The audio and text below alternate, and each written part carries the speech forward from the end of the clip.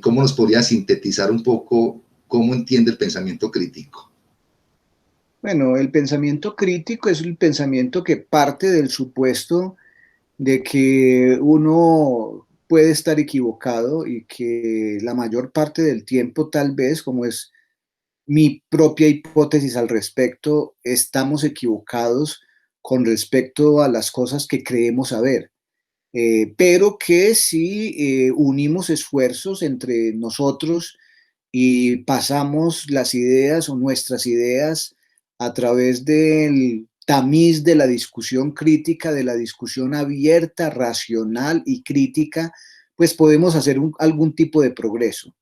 El elemento fundamental de la crítica, en el sentido en que yo la entiendo, que es un sentido obviamente derivado de la obra de Popper y de sus planteamientos sobre el racionalismo crítico, es exactamente la suposición de que todo punto de vista puede ser controvertido, no importa qué tan sólidamente fundado parezca ese punto de vista, no importa el prestigio del autor de ese punto de vista, no importa cuán convincente nos parezca ese punto de vista o cuán firmemente aceptado se encuentre en la tradición o en la literatura, ese punto de vista es susceptible de ser revisado, de ser criticado, de ser examinado críticamente, y cuando hacemos ese examen crítico, cuando hacemos ese análisis crítico, los puntos de vista que antes nos parecían sumamente sólidos e inatacables empiezan a revelar sus debilidades, y aprendemos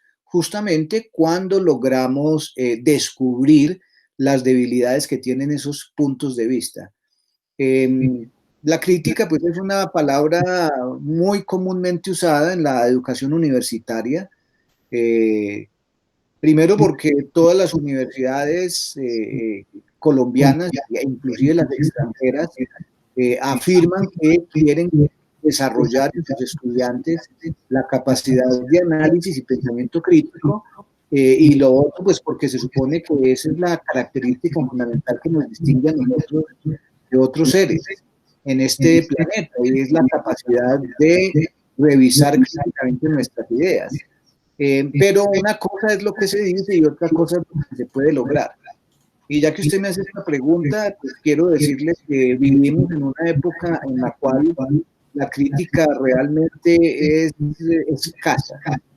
Y basta mirar uno los periódicos, los editoriales, para no mencionar un campo que me parece todavía más preocupante, que es el campo de las redes sociales.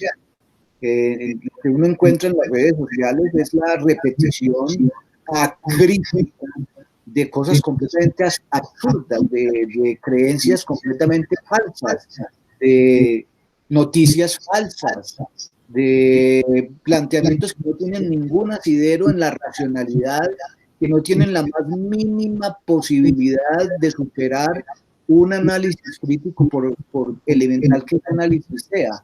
Entonces, lo que yo veo es que a través de la historia nos ha faltado siempre capacidad crítica, pero ahora, en este momento que estamos viviendo, en pleno siglo XXI, esta deficiencia es todavía más notoria. Yo quiero que me entienda el contexto de esta pregunta. En Colombia, y no sé, yo creo que en muchos países del mundo, no hay pensamiento crítico. Usted ahorita lo decía, en las redes sociales, bueno. Pero hay que tener presente que, digamos, todas las personas no pueden estar inmersas en la filosofía. O sea, yo a veces pienso, o sea, todos no podemos ser filósofos. Hay gente que le gusta hacer otras cosas, ingenieros, arquitectos, bueno. Es decir, hay multitud de oficios dentro de una sociedad. Hay una división de oficios dentro de la sociedad. Entonces la pregunta, muchos no tienen tiempo tampoco porque tienen que ir a trabajar, tienen hijos, entonces van a trabajar 8 horas al día, llegan cansados y al otro día lo mismo, no tienen tiempo de leer, no tienen tiempo de pensar por sí mismos, como decía Kant. Es complejo todo lo que estás diciendo acá.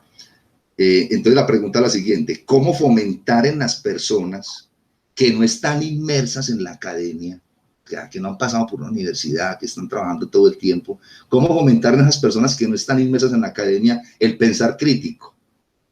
A ver, lo primero que quiero aclararle, James, es que el pensamiento crítico no es una herramienta exclusiva para los filósofos. El pensamiento crítico debe ser para todos los ciudadanos. En una sociedad democrática y en una sociedad abierta y en una sociedad libre, todos los ciudadanos deberían ser pensadores críticos. Yo creo que es responsabilidad del sistema educativo el fomento del pensamiento crítico. Entonces no es una tarea exclusiva de la filosofía, ni es una tarea que se la tenemos que relegar a los filósofos o a la academia. Es una tarea que le tendríamos que encomendar al sistema educativo en general.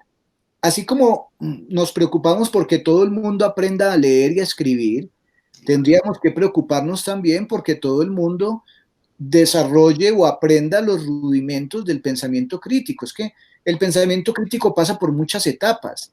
La primera de ellas, por ejemplo, es por entender que uno no puede dar credibilidad a todo lo que se aparece. Uno de los problemas que veo, por ejemplo, ahora en la inmensa rapidez con la cual circula la información a través de las redes sociales, es que los usuarios de las redes sociales no están educados, por ejemplo, para pasar por un tamiz todo lo que llega a través de las redes sociales. Y uno ve que llegan cosas que sinceramente constituyen un insulto a la inteligencia. Entonces, si nosotros no educamos a nuestros niños para que tengan un pensamiento en el cual uno examine los argumentos, examine la información, se preocupe por la plausibilidad de una propuesta, se preocupe por establecer si efectivamente un planteamiento parece razonable, parece bien fundamentado, parece bien fincado o parece simplemente la obra de alguien que quiere divertirse un rato o hacer un daño. Si uno no es capaz de distinguir entre la verdad y la mentira, si uno no es capaz de distinguir entre lo que parece fundamentado y lo que no parece fundamentado, pues está bien lejos del pensamiento crítico. Y yo creo que esa tarea la tenemos que cumplir con los niños, así como les enseñamos a leer y escribir y les enseñamos los rudimentos de la aritmética, tendríamos que enseñarles también los rudimentos del pensamiento crítico, porque es que el pensamiento crítico no es una cosa exclusiva para grandes mentes, ni se necesita genialidad, ni es únicamente para filósofos profesionales. El pensamiento crítico debe estar al servicio de todos los ciudadanos. ¿Qué pautas nos daría para mejorar la educación desde el nivel básico hasta el nivel superior? Bueno, es una pregunta muy difícil porque realmente resulta muy ambicioso que alguien intente una empresa de una magnitud como la que usted plantea en el espacio de lo que estamos conversando, pero hay una serie de cosas que yo extraño. Mire, yo trato de no ser, eh, trato de no repetir la vieja creencia de que todo tiempo pasado fue mejor. Yo realmente no creo que todo tiempo pasado haya sido mejor. Y de hecho, cuando miro la historia de nuestro propio país, pues considero que por el contrario, todo tiempo pasado fue peor. El país, a pesar de todos los problemas que tenemos, ha tenido un desarrollo socioeconómico muy importante en los últimos 40 años. La educación universitaria ha tenido un desarrollo muy importante en los últimos 30 años y yo he sido testigo de ese desarrollo, primero como estudiante que fui de la universidad pública y después como profesor y como directivo que he sido.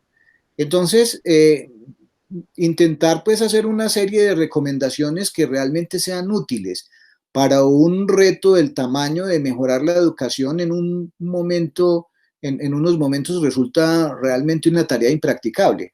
Pero sí hay cosas que se podrían hacer. Una de las que yo extraño y que yo suelo insistirle mucho a mis estudiantes es que eh, la educación contemporánea parece estar en guerra con el uso de la memoria. Entonces, pues yo este discurso lo veo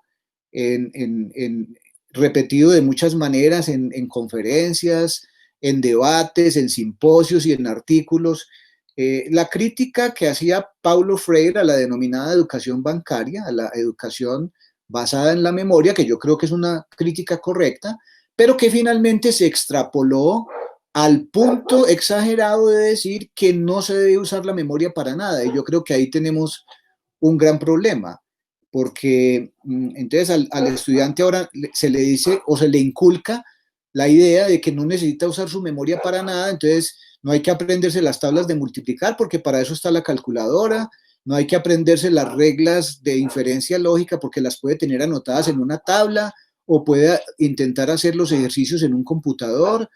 Y resulta que cuando uno cree finalmente que no debe usar la memoria, descubre que la memoria es imprescindible. Usted no puede, por ejemplo, aprender a usar de manera eficiente una segunda lengua si no emplea su memoria. Porque si no memoriza los significados de las palabras y tiene que buscar cada palabra en el diccionario, tiene que pasar tanto tiempo buscando cada palabra que cuando termine de buscar la tercera de la palabra de la oración que intenta traducir, la persona que está hablando ya va en la quinta oración. Entonces la memoria se necesita. Yo pues soy un defensor de la memoria en los contextos donde la memoria se necesita. No estoy diciendo que hay que aprender a repetir como loros, que es, digamos, la crítica que solía hacerse a la educación de hace 50 años. En la educación de hace 50 años, aprender era aprender a recitar. Entonces uno se aprendía la lección de memoria y recitaba la lección de memoria y eso era aprender.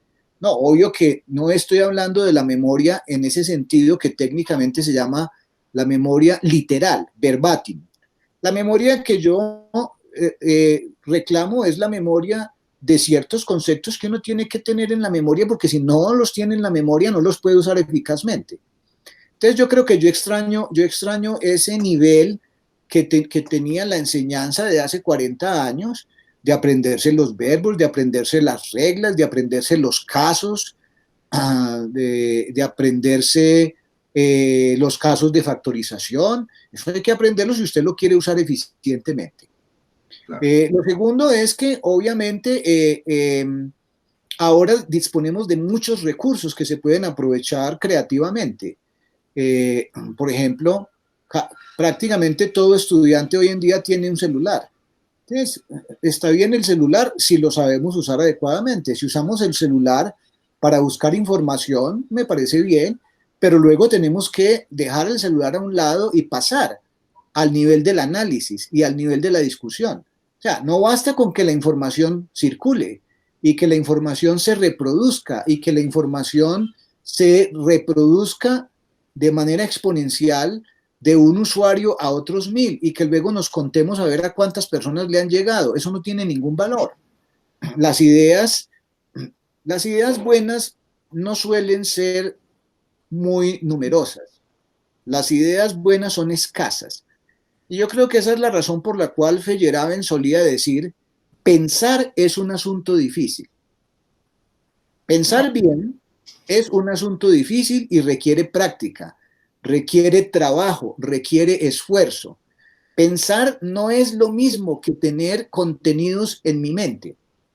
La gente suele confundir el hecho de tener la mente ocupada en algo, en imágenes o en recuerdos auditivos o visuales o de cualquier tipo, confundir el hecho de tener contenidos en su mente con el hecho de pensar. No, pensar es una actividad y como todas las actividades, tiene que aprenderse a hacer correctamente. Entonces, yo creo que debe haber un reto que es el reto de formar buenos pensadores, formar pensadores críticos. Usted mencionó ese artículo mío de las 5 tesis y yo en ese artículo, una de las tesis que defiendo es la tesis de que eso necesita herramientas y la herramienta sin duda alguna es la lógica. Esto obviamente a los posmodernos les choca porque ellos son enemigos de la lógica. Lo curioso es que intentan convencernos mediante argumentos de que la lógica no es buena y la lógica es esencialmente el arte de la argumentación. Entonces, pues ahí ya vemos que hay una inconsistencia, hay un poco de auto refutación de la misma tesis posmoderna. Así que entonces, si yo tuviera que hacer recomendaciones, las recomendaciones pasarían primero por el cultivo de la memoria en lo que realmente se necesita la memoria, eh, el desarrollo de habilidades de lectoescritura a profundidad, porque una gran dificultad que encontramos los profesores ya en el nivel universitario es que recibimos estudiantes en el primer semestre que prácticamente son analfabetos. O sea, se supone que saben leer y que saben escribir, pero realmente leen y no son capaces de decodificar el sentido de lo leído, y cuando uno los pone a escribir se desempeñan muy pobremente. Entonces, otro aspecto que hay que reforzar es la lectoescritura a un nivel adecuado de profundidad, y por supuesto el tratar de formar mejores pensadores, lo que pasa por el desarrollo del pensamiento crítico. Si yo tuviera entonces que hacer unas recomendaciones, diría, eh, eh, volvamos a empezar desde las etapas más tempranas de la enseñanza, estimulando el uso de la memoria, que no sea recitar de memoria, sino usar eficientemente la memoria, aprender a pensar mejor y estimular el pensamiento, enseñarle a los niños desde la más tierna edad que cualquiera puede estar equivocado y que todos podemos estar equivocados, que hay que escuchar al otro con atención, que hay que discutir y aprender a discutir de manera racional, y, por supuesto, mejorar estas destrezas en lectoescritura. Si logramos esas tres cosas, tenemos lo necesario para asegurar posteriormente otras habilidades que son deseables en la educación, como por ejemplo la creatividad, la capacidad de trabajar en equipo y otras que pues son fundamentales para poder formar mejores ciudadanos. ¿Qué le aportaría a las universidades cuando usted nos decía que se habla mucho de pensamiento crítico, pero eso está más en el papel que en la práctica? Ah, muy bien, muy bien. ¿Qué podría aportar el Sí, cultivo de la filosofía al desarrollo del pensamiento crítico? sí, claro que Bueno, sí. bueno, yo dije ahora que el pensamiento crítico no es un asunto exclusivo de los filósofos, pero hay que reconocer que las personas que más han cultivado el pensamiento crítico, además de algunos educadores, han sido los filósofos, porque es prácticamente imposible separar el estudio del pensamiento crítico del estudio de la lógica, y el estudio de la lógica ha estado siempre en los cuarteles de la filosofía. Sin sugerir que el pensamiento crítico sea un asunto exclusivo de los filósofos, lo que yo creo que podríamos aportar los filósofos o las escuelas de filosofía al mejoramiento del pensamiento crítico es algo que ya estamos haciendo, y es ofreciendo, eh, en la medida de lo posible, oportunidades de práctica de pensamiento crítico a las universidades y a los programas de otra naturaleza, a los programas que no son programas de naturaleza filosófica. Ha costado mucho trabajo convencer a los académicos que pertenecen a programas que no son programas filosóficos de que vale la pena intentar acercarse al estudio del pensamiento crítico. Se lo pongo de esta manera. Cuando uno habla con los arquitectos o los ingenieros o los veterinarios o los biólogos, inicialmente encuentra cierta resistencia a la idea de que tengan que sacrificar en sus planes de estudio un espacio que ellos quisieran utilizar para el desarrollo de sus propias disciplinas, y en lugar de eso ofrecer pensamiento crítico. Siempre los académicos y los estudiantes también no ven con muy buenos ojos que tengan que dedicar parte de su tiempo al cultivo de otros talentos o de otras habilidades que no les parece que vayan a tener una utilidad muy rápida o directa con sus propias prácticas profesionales. Entonces toca seguir insistiendo en esa tarea, no solamente ofreciendo las clases de pensamiento crítico adecuadas para los estudiantes y estudiosos de otras disciplinas, sino también haciendo que esas clases sean realmente útiles e interesantes para ellos. Yo creo que ese es un aporte que se puede hacer. Es lo que yo llamaría ponerse en los zapatos del otro. No basta con que le digamos al estudiante de veterinaria que también tiene que cultivar su pensamiento crítico, sino que tenemos que ponernos también un poco en la perspectiva del estudiante de veterinaria y hacer el curso de tal manera que sea interesante para él. O sea, que realmente lo vea no como una imposición y como una obligación, sino como una oportunidad para desarrollar otras habilidades que además son útiles para la vida. Entonces yo creo que ese es un aporte que podemos hacer. Bueno, profe, que esté muy bien, hasta luego. Ok. Ok, bueno, chao. Chao, profe. Bueno, cuídese, muchas gracias. Lo mismo, profe.